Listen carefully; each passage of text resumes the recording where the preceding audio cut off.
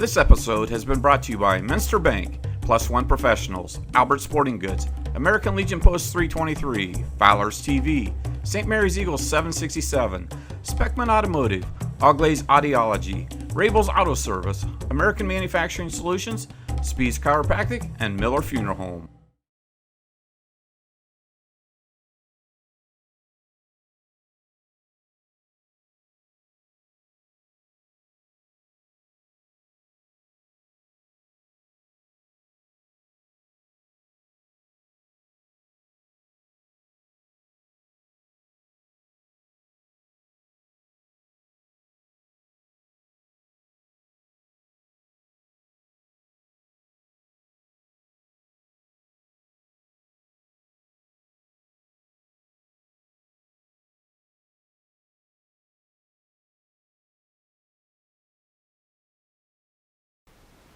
In 1893, a Chicago restaurateur named his business a cafeteria, creating a new business model for serving food to its patrons.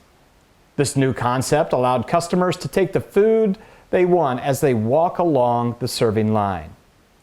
The typical cafeteria allows for unlimited second servings of food, and the customers are charged just a flat rate no matter how much food they eat to gluttony. As a youngster in the late 70s and early 80s, I remember Duff's Buffet in Piqua, where the customer stood in place and awaited the food to rotate in front of you on a massive carousel. Today in 2022, one might think of Golden Corral as a modern-style cafeteria as you make a long trip down the line from salads to desserts. However, pre-Golden Corral and Duff-style, cafeteria-style restaurants dominated the cuisine culture of America, and St. Mary's, Ohio was no exception. One thriving and memorable cafeteria is the subject of today's vodcast, Rowen's Cafeteria. With me today is Jim Rowan, son of Jim and Joe, proprietors of the downtown St. Mary's Cafeteria, located on West Spring Street across from the St. Mary's Theater. Jim, thanks for being here, and I'm excited to learn about this great piece of St. Mary's history that I have no connection or memory of. St. Mary's was a different place growing up back in the early 50s, 60s, in this era of business. It was full of business activity, and obviously there were pull factors and pushing out factors that led to the demise of you had Spring Street, Main Street throughout. You had Spring Street that was all throughout it. Transportation may have killed part of all downtown small because before that, a trip to Lima was a major ordeal, or Piqua, Dayton, where you had all your clothing stores, you had your hardware stores, you had your paint stores downstairs, you had your furniture stores downstairs. You had your sporting goods. I mean, all of them. You could get anything in downtown St. Mary's. St. Mary's, yes, you could. And it was very, very nice to do because you knew all of them. Maybe I knew all of the people or the businessmen downstairs because my parents had the restaurant downtown, and that was a gathering place for a lot of the business people. So, they all sat in the back booth, and they didn't hide anything, and I was all part of it, and I sat back there and listened to what was going on, the good and the bad sound at that time. Well, that's interesting, and we'll pick up on that a little bit later. Let's meet Jim and Joe Rowan. Who were they? How did they land in St. Mary's as proprietors of a cafeteria? My dad was a troubleshooting manager for the Equity Isley stores. Okay. And they were a dairy store, short order restaurants. And my dad ended up over in Walpock as a manager. And my mom was from Waynesville, but she had to move to Walpock after her dad had died, and they lived with her grandparents there on Bell Fountain Street in Walpock. And she worked up the Equity, and there goes history. Yeah. And there's 6 of us kids later. That's how she works. Yeah, that's how it works. What years did they own the cafeteria? Mom and Dad moved to St. Mary's in 57. And at that time, it was the Equity store, because the Equity company itself, which was a dairy operation restaurant out of Lima, decided to start to sell out some of their restaurants and go strictly back into the dairy part of Okay. the business.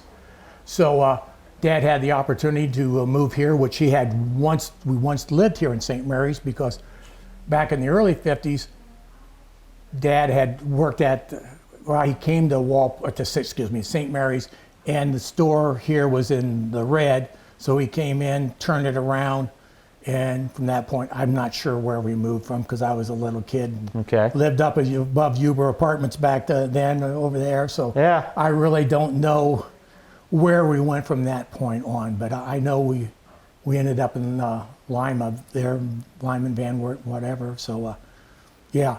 So Dad was basically a troubleshooting manager that would come in and turn stores around and get them going good. And naturally, Mom worked with Dad and this kind of stuff. So that's how they came to St. Mary's, and that's what Dad's background was his management skills and the restaurant business. So 1957 to 1973-ish, they were owners of the cafeteria? Yes and no, because prior to them changing the cafeteria, they operated it as the equity store, okay. which was a dairy part up front, which sold the ice cream and milk, and then in the back towards the center, and that was a short order and this kind of stuff, where well, back then you had high school kids coming along eating and everything else, Yeah. and they got served fast. A lot of people don't know how they did it, fast food, but it was an old secret that, how they used to do fast food years ago, on the short orders, when you had a lot of people, you just took a steam table pan, put some water in it, put a little brown gravy mix in it, put your hamburgers in there, half cook them. The other side of the grill's hot.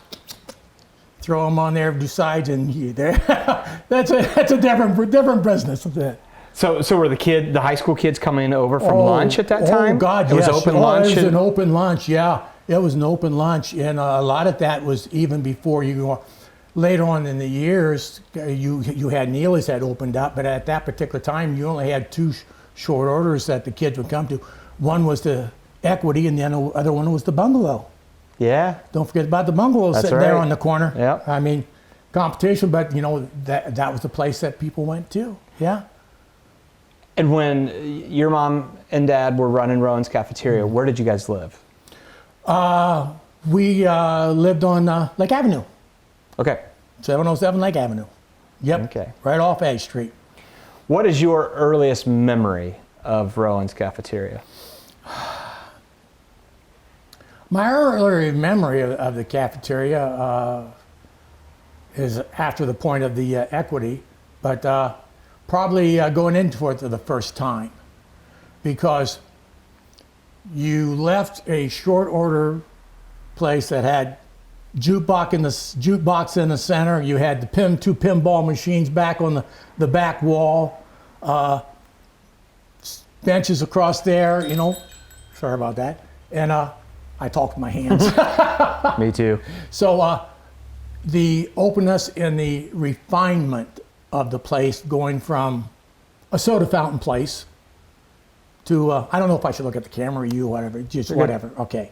A soda fountain type place to more of a classic dining, the all of it, because, you went from plaster walls that were cracking down to a finished wall that had a boat theme to it and various other things, just the refinement of it. So that I guess yeah. Walking into the first time after it was all completely done into the front door and this kind of stuff. Yeah, the back, you had all new kitchen with stoves and steam steam table, not steam table in the back, but you had all your stainless steel tables and even back in the 70s, you did have your restaurant inspectors. You had certain requirements to open up, and I can remember that being one of the biggest headaches for Dad, is architectural prints, getting them approved. And same thing as any restaurant nowadays that remodels and this kind of stuff. I remember that being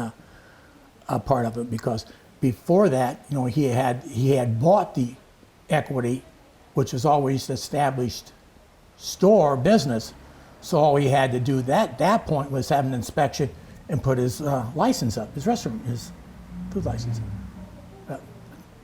So you've kind of taken us through, Jim, the store from your earliest memory.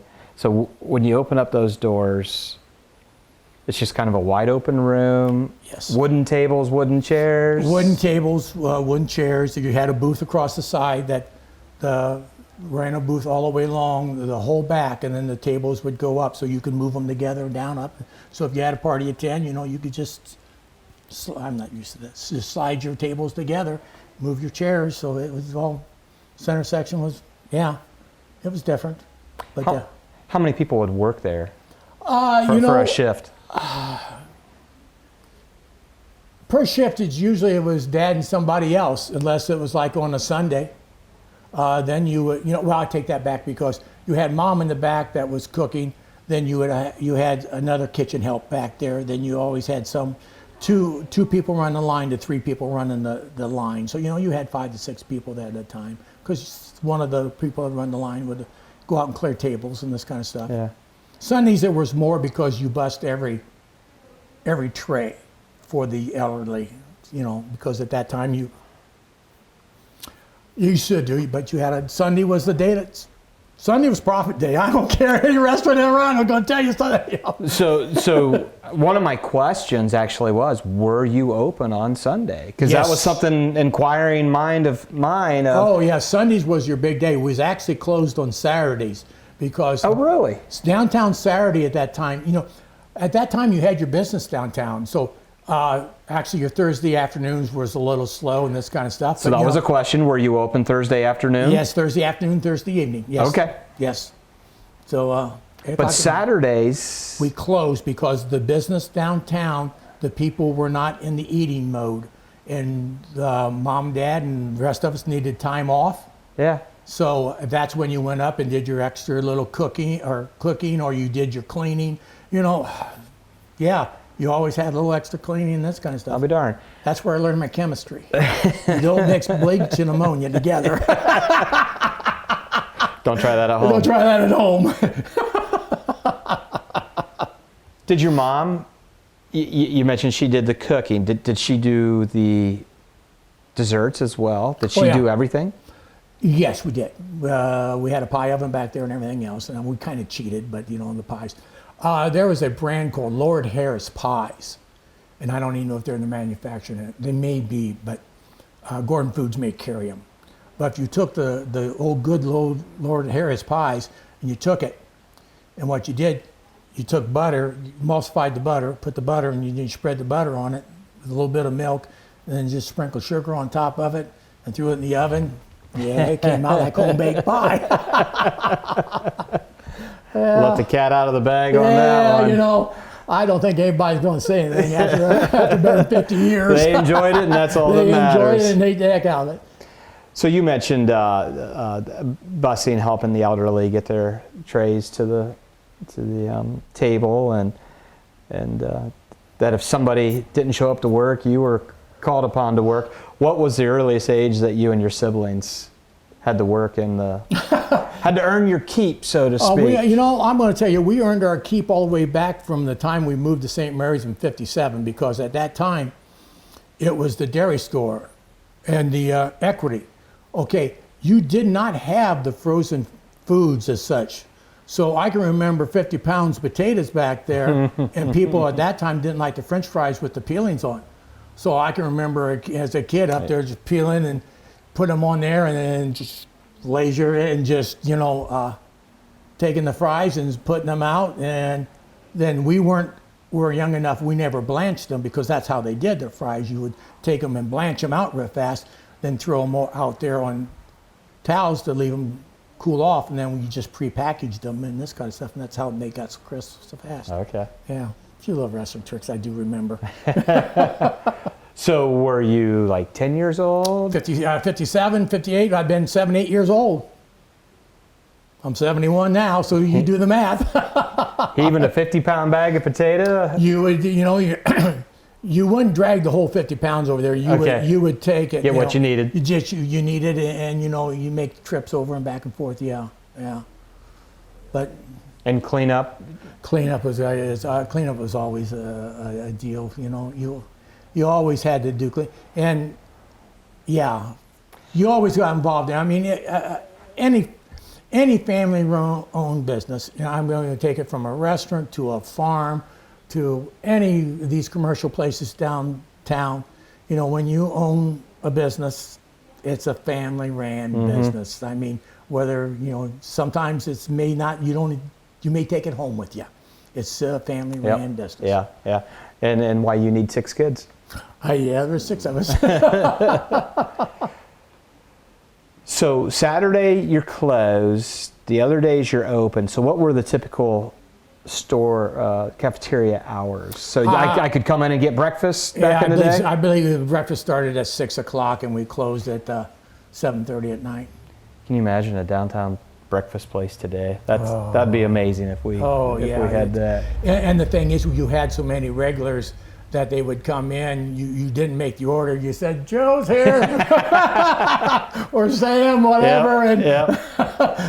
As they come through the line, you got their coffee and their money and this kind of stuff. A lot of times, you know, it was just quick enough. Mom would hand it to them as they went out the door. When was closing time? 7:30. So 6:30 in the morning till 7:30. And were your parents always there? You know, my parents weren't always there all the time. They would take breaks in between the day and this kind of stuff. There was a period of time where my sister and I worked there. And when we would work there, they would actually get extended time off. And both of us were in high school. Sure. My sister Barb and I would actually work it a lot, especially like on Sunday nights, because Sundays were busy, but they were something that both of us could handle easy enough. So Dad would get, you know, break. Mom usually took off after the lunch hour and got supper ready. Then she would go home, and Dad would take a break, in between then come back and close up. But yeah, worked it for a number of years. That was another question I had. So, if your parents own a restaurant, the cafeteria, do you always eat the cafeteria food, or is there actually prep meals at home? There were, all right, Barb and I, or after it was Dad and I, a lot of times worked it. You ate there, but you know, Mom, you know, the rest of them, they ate at home. They ate at home, so you know, you had a. She was just cooking all the time. She was cooking all the time, yeah. Or going to the grocery, whatever, this kind of stuff, yeah. But yeah, so you had a difference, you know. That's an interesting question. It just popped in my mind, Jim. Did they buy their ingredients and produce locally? Well, you know, you bought what you could locally. Leonard's IGA. Which was where? Excuse me, on Greenville Road there. Yep. It's now the church. Yep. It's now the Shekinah Temple now by the railroad tracks. Yes. Yep. That used to be Leonard's IGA, and we knew Paul Emily. Excuse me. I believe that was her name. They were friends of Mom and Dad's. We went there and bought what we could, whatever. You always had commercial stuff you had to get. I mean, you have. Like the secret of your pies. You Gordon Foods and this kind of stuff. You had your Chef Pantry back then, and Chef Pantry was a major supplier of restaurant goods back then versus, you know, now you got your Gordon Foods, your Cisco's, but Chef Pantry was a major operation then. What would, and obviously it's going to depend day by day, but what were some of the typical meals that were on the serving lines? Every day you had your Swiss steak. Okay. Swiss steak was a gimme every day. Then some days you would have like macaroni and cheese. Then you could have summer sausage or fish. Then you would have your vegetables. Of course, you always had your mashed potatoes, and you had your fried potatoes or a couple different kind of potatoes, you know, as that went through. And then you would go into your salad, your jellos or desserts, and your salads, your pies were usually on the top rack. I mean, they all had the sneeze guard on it and this kind of stuff. You had to reach on there.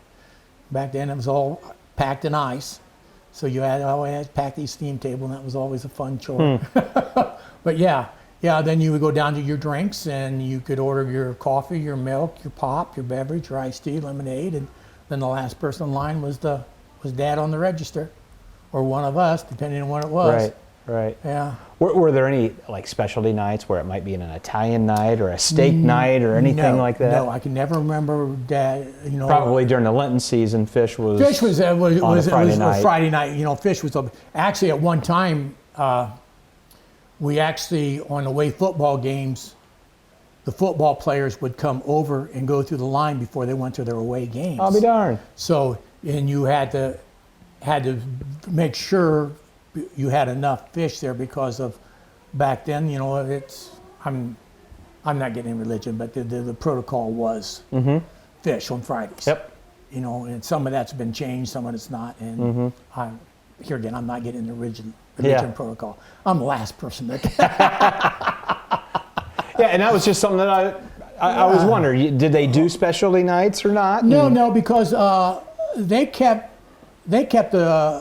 the quality and quantity of food at a reasonable price. And it was all a la carte. So a lot of times, you would have your construction workers come in there, and like spaghetti was always a big thing. Give me a double helping spaghetti. Well, I just filled it up, and then they would want a piece of sausage on that. Well, they had a plate, But So was it like what I alluded to in the intro of a Golden Corral, where I can go back as many times as I want? it was one time through. It was a one-time trip. Through. But it was a decent portion for the price. Okay. Yes. Now, if you wanted to come back through and do it, yeah. You pay again, and You pay again. Here again, the portions were healthy size and this kind of stuff for the money, and that's what it was, is good quality food at a decent price. and it was always on the serving line. Yes. Except, as I understand, you could order breakfast. Yes. But lunch and supper, you're dealing with the serving line. Whatever that's on the serving line, yes. Okay. There was no short ordering or anything like that. So, obviously, where Rowen Cafeteria is, and I mentioned earlier on West Spring Street, kind of across from the theater. SX something's in there right now. Yeah, I can't remember what just remember. moved into there. Sorry to whoever's moved in there. Yeah. We apologize. Next, the Wealth Management, Kevin Glass and Jeff Daringer's financial place. It would be to the west of that. But above is the Fort Barbie. Was the Fort Barbie Hotel. What's yes. What memories, if any, do you have about the Fort Barbie? The Fort Barbie Hotel, there was actually a sliding door in between Fort Barbie Hotel and so at that time, the Fort Barbie Hotel was owned by Jack and Clara Green. Green. And their apartment was down one level, which would have been street level, which has been below flood level. Yeah. But so you would go in there and this kind of stuff. That over the years had developed a lot of different people coming through that we had met and everything. And actually, before Mom and Dad remodeled in the cafeteria, it was to the Equity store that Louis Armstrong spent the night in St. Mary's. What? Louis Armstrong spent the night in St. Mary's. We're talking Satchmo. Satchmo, Louis Armstrong, yes. They were going to, my sister says they was going to play it down at Crystal.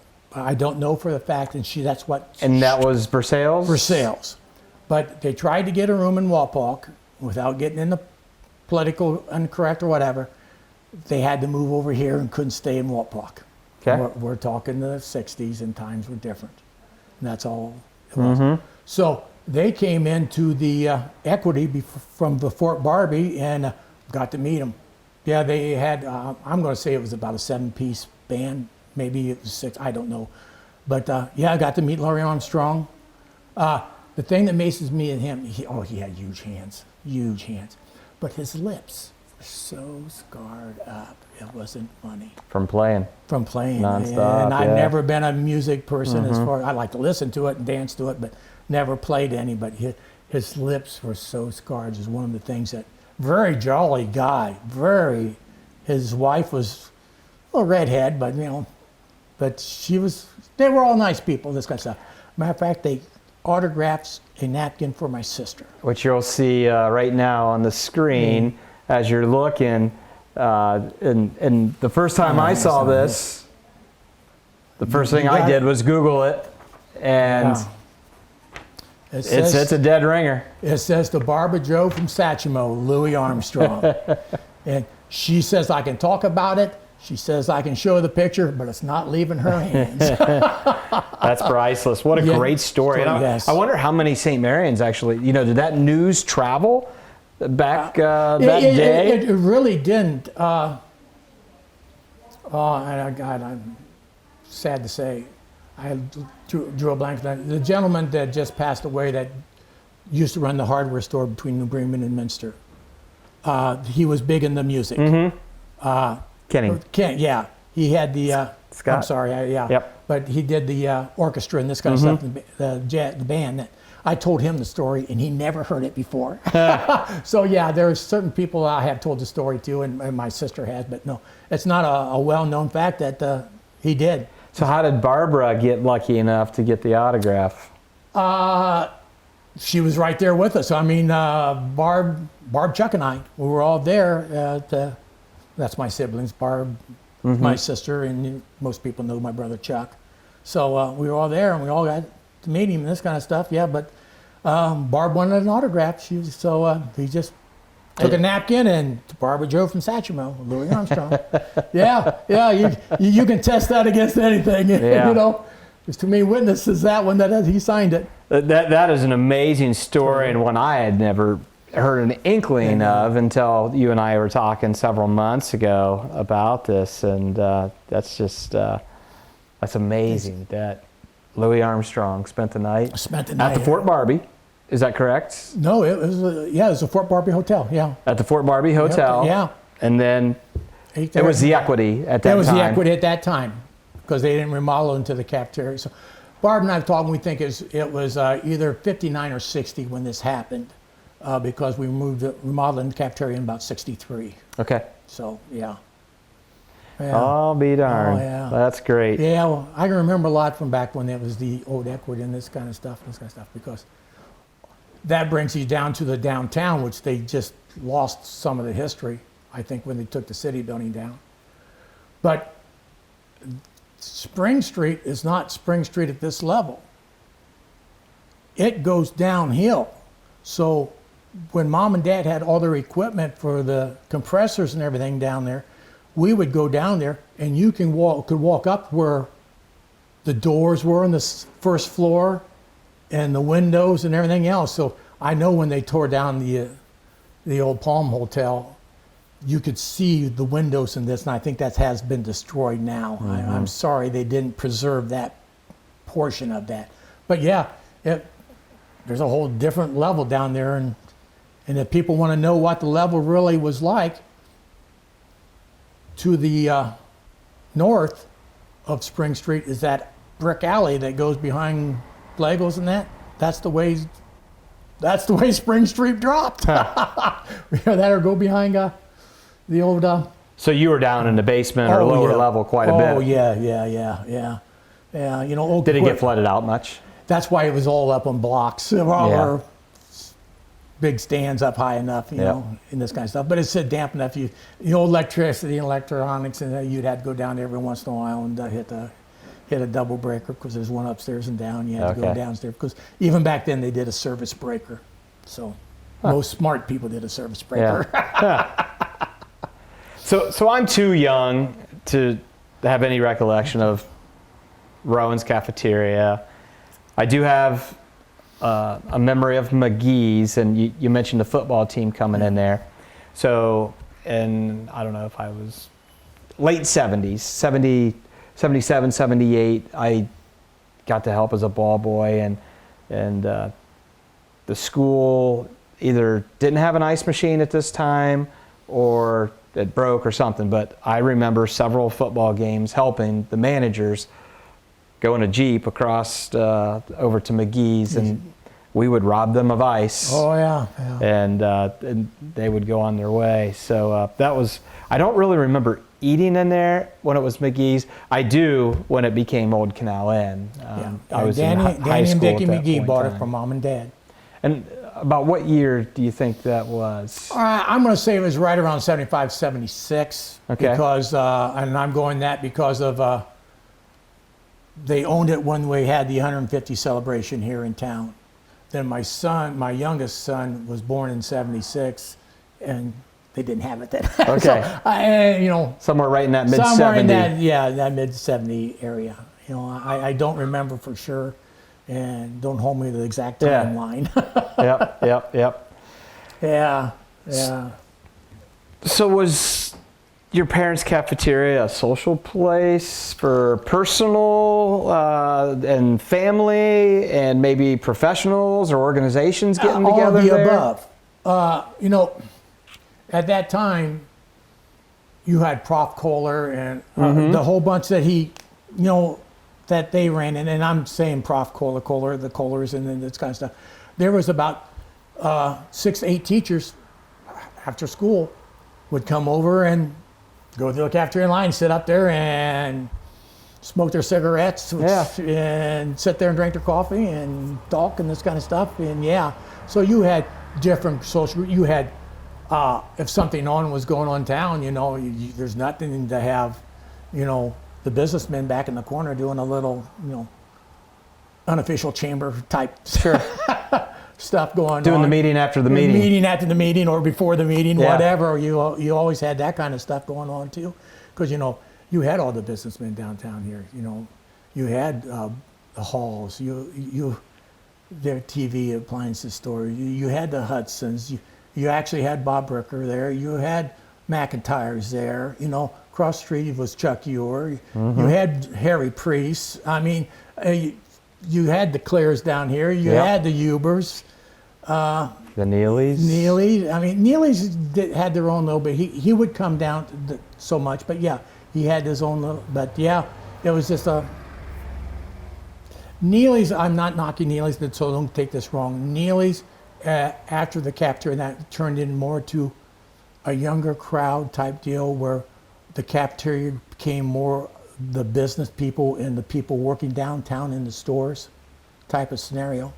Does that make sense to you, the type of deal? For their diner. For their diner type of deal, yeah. Then you had a lot of construction workers. You had a lot of Goodyear people would come for lunch and this kind of stuff. So, but we actually used to have our family Thanksgiving there. Oh, yeah, because it's so, there was so many of us and everything else. And young, you just moved the tables back and this kind of stuff. Mom used to cooking out of the big stoves and everything. So you just ran down the line, got what you want. So, it was a combination of a lot of business. So, was there anything specific you remember about Christmas time with the cafeteria? Or was it just business as usual there? No, as business as usual, no. Yes and no. Okay. Because of Saturdays we were closed as a rule. But Dad and I got the great idea we'd just open it up one time for Christmas, and we ran the month of December. Dad and I got in the business part, we just ran and split everything out, and we ran it and made some money on it. After a while, it was kind of like the first Saturday we did it, nobody came in, so we decided to have a drink or two, and after 2, maybe we got a little busier than what we had planned on. But that was the times back then. Right. You got to remember, I could drink at age 18. Yep. And that's one thing I always did. I used to do some safety work and some safety training and hold some classes. So as an icebreaker, I would go in there, and I had a bunch of, kids in there. I'm calling kids because they were 18 to 25, 30, whatever. So I'd go in there and apologize to them. I said, hey, first thing I got to apologize to you young ones. They said, what do you got to apologize for? And I said, my generation screwed up the drinking laws for you. So I would get a laugh, and from that point on, they were on my side. Good icebreaker. I got to revert back to something we were talking about earlier, and that the number of employees. Were there any long time employees that stayed with your parents? There was. Do you recall any of the names? Neil Selby, I'm going to say that was the longest employee that was there with us, and he lived across the street at the Palm Hotel. He wasn't a highly educated gentleman. He was good as gold, worked as hard as he could, and Mom and Dad took care of him. Yeah. You know, made sure he worked there, he got his food and this kind of stuff. Would sort of manage his money a little bit and this kind of stuff, I'm sure he showed up every day. And showed up every day and worked hard for his paycheck. Yes, he did. And Dad paid him for, good for what he did, As far as that goes, Dad, Mom and Dad had so many employees over the years there that keep in touch with Mom. And, Dad has been passed away for 17 years now, so, almost 17. But they keep in touch with Mom. As this goes out, there's a lot of people that, from the writer nation, that are grandparents or whatever, that will remember Mom and Dad in the restaurant and this kind of stuff. And actually, Dad ran the theater, managed the theater across the street for a short period of time. And there's a lot of people that remember. Dad was a businessman. Yeah. He knew how to turn a profit, but he also knew how to treat his people. So treating his people, he earned a lot of respect, and a lot of Mom the same way, friends with a lot of their employees over the years. So I wanted to talk a little bit about that transition from getting out of the cafeteria business to going to work across the street as the manager at the theater. How did that all come about? I don't know. At that particular time, I was married and trying to, I just knew it was sold and this kind of stuff. So Dad got it, Dad knew the manager over there, Mary Lou was her name. So he knew the people, some of the people that was running it and this kind of stuff. So I don't know for sure how that ran into effect, but as we was growing up and the equity in the cafeteria, that she was the manager over there for a number of years, and we got to be good friends and knew her very well. So I don't know how that all transpired. Dad didn't really manage it for too many years because he then, he worked at the Sundry stores over in Salina. The Sundry, that was a retail place, sort of like your Dollar Generals and this kind of stuff. I don't believe they're in long. He was that for a long time until they went out, because that's what he was. He was a businessman, not just a. And then I know he ran the Legion for a few years, and then he actually retired out at the hospital out there and where they've got supplies. Before he became sick. Yeah, he liked doing that because it was a setup what he enjoyed, because he could they went to the digital system and this kind of stuff and the inventory, so he helped set that up. And organization was his skill, not mine. Yeah, not mine. I remember one time, Mr. Machine, they told me to organize this place, this tool room area. Came back about 3 hours later, and I had cleaned it up. And they said, "Well, you didn't change anything." And I said, "I thought it was good the way it was." I might have been frowned upon for a few hours. That's good stuff there, Jim. So before the cafeteria sold to the McGee's, was there any talk of you or your siblings taking it over? I had to give it consideration because I liked it. And matter of fact, even after I was working down at Minster Machine, I would, excuse me, I would work there on Sundays a lot. But, we're having the one son, the wife at that time wasn't, it took the family. She wasn't into the cook possibility and this kind of stuff. And I had a great job down there, and you start weighing out private-owned business with the insurance and the pension, and at that time, we had a defined pension plan there, and it was a good one. So I gave it some consideration, but not a lot of consideration for a long period of time. Did any of your other siblings that you're aware of? Not that I'm aware of. No. Well, Barb, she was married, and she's a beautician. My other three sisters have been young enough, and Chuck at that time would have been on the police department, the city of St. Mary's. Yep. A lot of people don't know he was on that. And that I did. No. Yeah, he was a police officer of the city of St. Mary's, and then he was a special detective for the prosecutor's office. I remember that because that was about in '78. Because he came and borrowed my Camaro. He says, Jim, he says, I need your Camaro. I said, what do you need my Camaro for? He says, I'm on stakeout and I got to have a car nobody recognizes. That's, You can cut that part if you don't want to. Need be. Well, we're just. That's a good story, actually. Yeah, I mean, we're talking. And we're talking about, Talking about the good old days. I'm talking, we're talking about the cafeteria, the business at downtown, but the whole town was a little bit different there. Mm-hmm.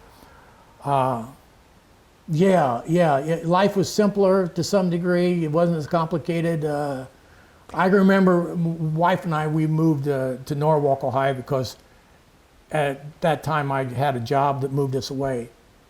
And when we moved up there, I had a hard time because I was used to going over to Huber's or John's and say, I need this piece of furniture. Okay, Jim, they delivered it, and life changed for me when we moved away for a while. And that's so funny. I just had this flashback of needing something at the hardware. I would, as a young kid, I would need something for my dad. I didn't pay for it. Oh, you just run in there? Yeah. They just wrote it down on Charlie Spencer's sales slip, and they'd bill him at the end of the month. Doesn't quite work that way today. The businesses downtown, and where the leader is, you had Jasperson's Electrical there. Anybody remember that? Do you remember that place? I do not. I've seen advertisements for it when I've been back in the newspapers looking for information. But so you had a lot of different places that So changed. Sometimes the old goes away, but then it comes back. And that's what we're really hoping for today in downtown St. Mary's, is this revitalization and building upon what is here, trying to get more foot traffic down here. Could you ever see something like Rowen's Cafeteria coming back in 2022, 2023? Does it have its place in a downtown? No, it does. It has its place, but can I see it happening? No, because you have such an outlay of cash and you don't have the foot traffic as such. Because the foot traffic you had back then was you had all the retail merchants in town and all their help. Mm-hmm. And you had your Goodyear, you had your Parker Hannafins and that kind of stuff that had the open lunch hours because the suits had an hour. They came uptown and they ate and had their... let's put it this way, as growing up in the kid that I can remember, that work doesn't always stop when you leave the buildings. You can have a great idea that you don't want to present to the group, but you may want to present to someone else, and you saw a lot of that kind of stuff occasionally in this kind of stuff, so you had your informal business meeting. Would I love to see it? Yes. Do I think the foot traffic in this town would support it? Now, do I think the foot traffic and the people in St. Mary's would support the restaurants? Yes. And I've heard stories of maybe one coming in town. So yes, I think there's a need. I think the specialization stores downtown versus your box stores that you're only going to buy this. Mm-hmm. Do I see a need in some of that could happen down here and move back into the areas? I'm hoping that happens. Yeah. I miss Friday nights used to be a social night downtown. I mean, from time it was the equity of the cafeteria, Friday nights was a social night downtown. Sometimes people would come out of the restaurant and they had to excuse me because you would have a group of people. Well, I mean, that's the way it was. Yep. Just like, you have fairs now or events going on, you see the people talking. That's what Friday nights was down here. And it was such a happening place that the parking spots had to be metered. Yes. There used to be parking meters. Meters, yes. Every parking spot, put your quarter in, and think about if those were here today, what that would do. I understand why they took them out, but I can also remember as a kid, having a meter person walk by and mark a tire, knowing the time, and before she came back, slipped a penny back in too. Yeah. I was not part of the solution back then. I was part of the problem. And that's why I say kids are going to make it. I mean, I was raised in the 50s, 60s, you know, we're the generation of the hallucinogenics and all this. We're all made it. There's always going to be a certain amount of bad, but the cream's going to come to the top, and the middle's going to come right with it. You're always going to have a problem area. But the kids nowadays, it's a different world. I'm not a computer guy or whatever, but that's all part of it. These kids, their job's not even created on some of them, you know. Right. As far as a person doing what I did, I worked with my hands. I built machinery, wired machinery, did electrical on them. Am I skilled? Yes, in that part. But can I do a computer and this kind of stuff? No. I mean, I think the generations, don't beat them up. That's one thing, you know. Some of the little kids, I mean, well, you and me both drive the school bus, both yeah, there's a couple of them we'd like to, but for the most part, you know, the little darlings are good. They are good. They are good. They are good. Yeah, there's hope, you know. Well, we've come to the end of the interview, and thank you for taking me back to what downtown St. Mary's was like when Rowen Cafeteria, and the equity, which I have no idea about. It was fascinating, and you just hope that a revitalization will occur, where something will occur, that there's enough foot traffic for somebody to go downtown and get breakfast, and maybe cafeteria style throughout lunch and supper time. So, but here again, you know, whether you get the entire foot traffic as it was one time before. Excuse me, I'm sorry. With what you're doing with the theater, whether or not it drives total business downtown again, which I hope it does, but if it doesn't, at least you've got now have a gathering place where people can come together and socialize. And the socialization is what we need versus, I got my computer and send you something. I mean, even though people need that physical interaction. I fast and I was running a little behind, but that's beside the point, you know. It's a resourceful tool. Yeah. But it cannot be the all-being tool that everybody's using all the time. We need that physical interaction, that's for certain. You better believe it. I mean, and to nothing else, I hope, if nothing else, at the minimum, that's what that creates. It'll definitely be the focal point, and hopefully, you know, a little bit of that resuscitation of the pulse downtown. Yes. With ancillary businesses to come, and we've had a lot of interest in people wanting to put a store in Gills. It's vacant. We've got some work to do, and we're waiting on some orders from the building inspector of what has to be done. So we'll get there. Okay, now the Gills, can you go down there and see the bottom level?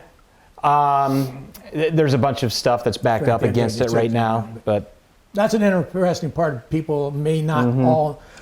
Some of the older people in town do, but I don't know if all the youngsters and the younger people in town realize that Spring Street used to go down to the river, and that would have been fun and skiing. Yeah, the winter, a brick street going down to the water. That couldn't be a problem, could it? Yeah. Well, as I do with all St. Mary's guests, we do the Writer Nation Station Word Association game. So I'm going to give you a name, a place, an event. First thing that comes to your mind, one word, makes it challenging, and then we'll elaborate about it. All right? All right. So the first one is the inlet. Party. All right, maybe I don't want you to elaborate.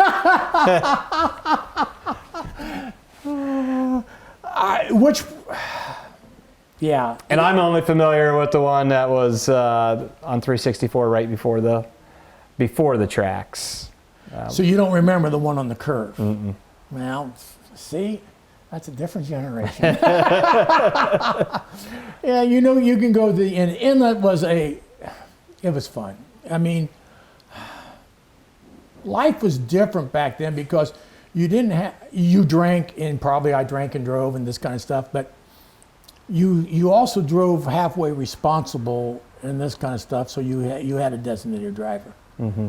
I can remember years ago, it's not the inlet, but the Knotty Pine, Mm-hmm. I can remember being there maybe a little too late and having maybe one too many, and living right on Ag Street, having a police officer come in and doing a night check, look at me and says, there are only two places I want to see your car, Jim. It's here in front of your parents' house. And you were smart enough to do it. Yeah. Yeah. But the inlet was, it was a good place. Yep. It was fun. It was fun. The inlet. Going a little bit of a different direction here. Lawler's Flowers. How about Ned Lawler Jr., the one that had the sports cars and this kind of stuff? Yeah. He's a little older than I am, but yes, I do remember a lot of that kind of stuff as far as with him and this kind of stuff. Yeah. Yeah, that's probably a different way than what you thought I was going to go. But that's fine. That's yeah, fine. but that would be. It's always good to get Ned Jr. a shout out. Yeah, because he had a lot of sports cars and back in that time I still like cars.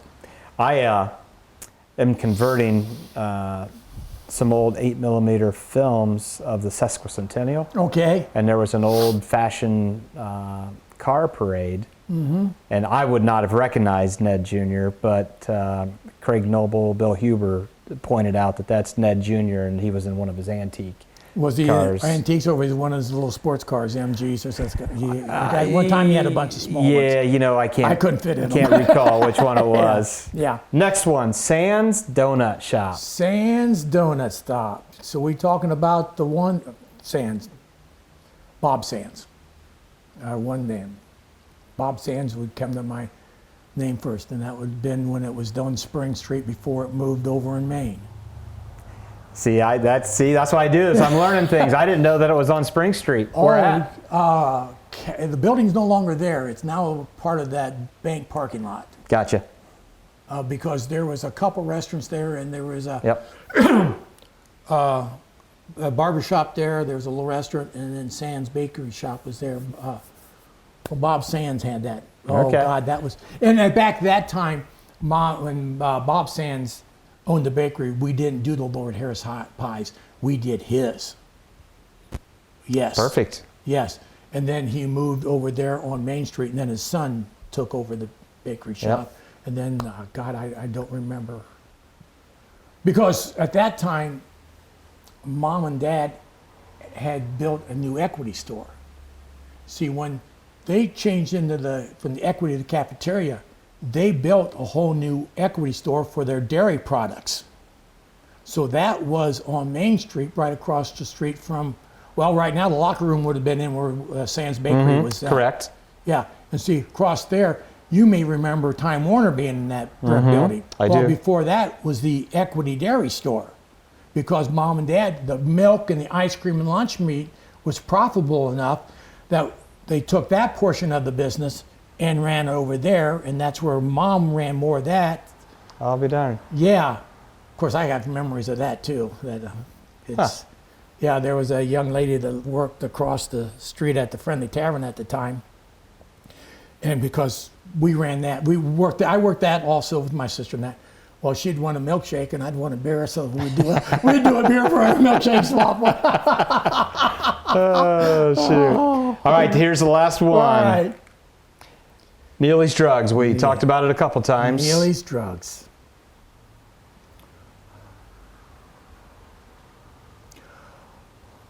Multifaceted. It's that's... Neely's Drugs have gone from, when I remember, to just a drugstore, went to a store where it had your convenience items and cards and this kind of stuff, and that and pharmacy, and they had a soda fountain type deal. A little bit of everything. A little bit of everything. It was competition but it wasn't competition for Mom and Dad. It was, it was a place we frequented because that was the drugstore. There were some other ones in town, but yeah. Yep. Let's say one thing. All right. Downtown St. Mary's businesses. What would be When would you come to associate with all them? Collectively, all the businesses? Back then in the 60s and 70s.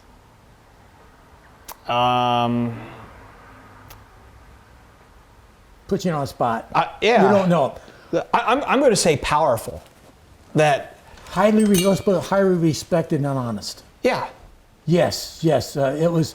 You didn't have. Yeah. They were the movers and shakers. They were serving on the school board. They were making things happen in the chamber, and yeah. So powerful is what came to my highly mind. Respected businessmen, honest. You know. Yep. Yeah. You know, all of them made a buck.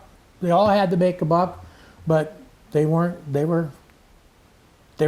This town was created and ran by good, honest people. I mean, I'm sure there were some shady people on it. And because Potberries, you know, that Potberry Ford used to be down there where Vogel's insurance was.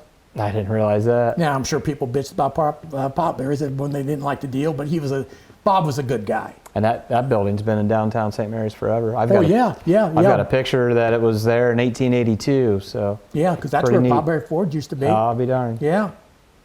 I'll be darned. Well, then do you remember where Peterman's was? I do not. All right, where you've got the gas station now there that takes the whole block up, the Marathon station? Yeah. Well, you used to have a Time Warner building there on Main. Well, in front, that would have been where Dale Peterman's was. So I remember that as a golf gas station. Golf was on the corner, yes. Yes, and that's where the OBF drivers used to run and everything else. And then in the winter, the pizza guy used to have his pizza place there on the one corner there. Mm-hmm. Give me a minute and I'll tell you whose golf station that was. But right next to that was Peterman. You had that alley. Yeah. And that's where you had McKern's Brothers and that big warehouse deal. Yep. On the front side, on the main side, was the Burger Beer distributor. Like we said, the good old days. Good old. I mean, I remember you're remembering a lot of stuff from years ago that a lot maybe. And I'm hoping I'm not boring any of your Writer Nation people on these olds, but you know. You're making connections with people that are your age that remember, and hopefully those that are younger, they're learning some new things and talk to their grandparents about some of right. that, because I've got my stories, and some of the stories I'm not going to say because I know what your grandparents did. Right. Well, we've come to the end of our show. I'd like to thank Jim Rowan for taking us on a stroll down memory lane of a very popular eating spot in downtown St. Mary's, Rowen Cafeteria, and the Equity Store before that. It's our hope at Writer Nation Station that a story has been told that did educate, entertain, enlighten, and elevate your perspective about St. Mary's, Ohio. We hope a story has been told that augments the development of relationships, both old and new, to promote growth for all who do, did, and will call St. Mary's, Ohio home. I hope you think positively about our town, the town we didn't inherit from our ancestors, but the town we borrowed from our grandchildren. Peace to you, my fellow St. Marians, past, present, and future, always and always.